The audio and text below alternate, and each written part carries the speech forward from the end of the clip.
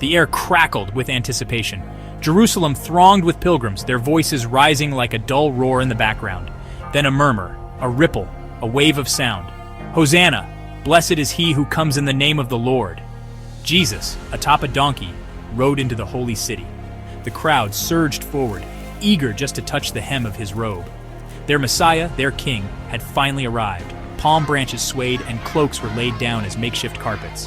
Hope bloomed in every heart. This was it. Deliverance was at hand. The disciples, caught up in the euphoria, whispered excitedly among themselves. Could this be the day? Would their rabbi now take his rightful place on David's throne? The atmosphere vibrated with expectation, a heady mix of joy and relief. And for a brief shining moment, all seemed right with the world. Just days later, a chill settled over the city.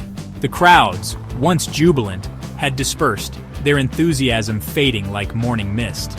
The whispers started in the shadows, doubts sown quietly by the Pharisees. Was this truly the Messiah, or just another false prophet? Unease spread like a virus. In the cold, sterile courtyard of the high priest, Jesus stood accused. The cries of Hosanna were now a distant memory, replaced by venomous accusations of blasphemy. Fear, that insidious serpent, coiled tightly around the hearts of the people. It whispered of Roman reprisals, of shattered dreams of liberation. Peter the rock crumbled under the pressure. 3 times he denied knowing Jesus, his voice cracking with fear. The disciples, scattered and afraid, watched from a distance, their hopes dashed against the rocks of betrayal. The light of their king seemed to dim under the weight of false accusations and relentless fear-mongering. The sun beat down on the cobbled streets, and the air hung thick with tension. A different procession now snaked its way through the city. No cheers greeted Jesus, only the jeers of the mob, their faces twisted in a mask of hate. Pilate, his hands washed clean of responsibility, handed Jesus over to be crucified. The heavy cross, a symbol of shame and suffering, became an instrument of torture. Every step Jesus took toward Golgotha was a quiet testament to his unwavering love, even for those who condemned him. The crowd, swept up in a frenzy of righteous anger, had become the very instrument of their own destruction. Their cries of "Crucify him" echoed through the streets, a chilling reminder of the fickleness of human loyalty. The weight of their betrayal hung heavy in the air, suffocating any remaining hope. The same voices that had shouted Hosanna now bayed for his blood.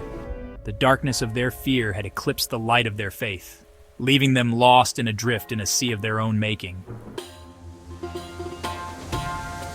Golgotha, the place of the skull, a place of death and despair. The crowds had gathered again, eager to witness the spectacle of a crucifixion. But this time, there were no cries, no jeers, only a stunned silence. Jesus, nailed to the cross, bore the weight of the world's sin. The sky wept, mirroring the grief of all creation. The earth shuddered as if in pain. And in the midst of this cosmic drama, Jesus uttered his final words, "It is finished." A hush fell over the crowd. The veil in the temple was torn in two, a physical manifestation of the chasm that had opened between God and man. As Jesus breathed his last, a profound silence descended.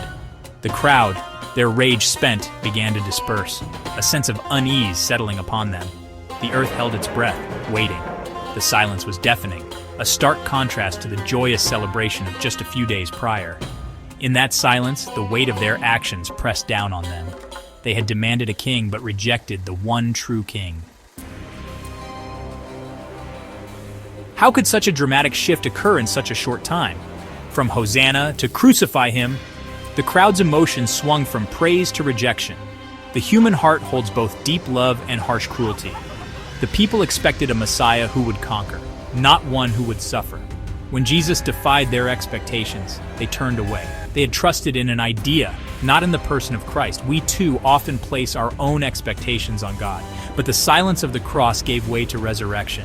Let us release our plans and embrace his love, not swayed by the crowd, but rooted in unshakable faith.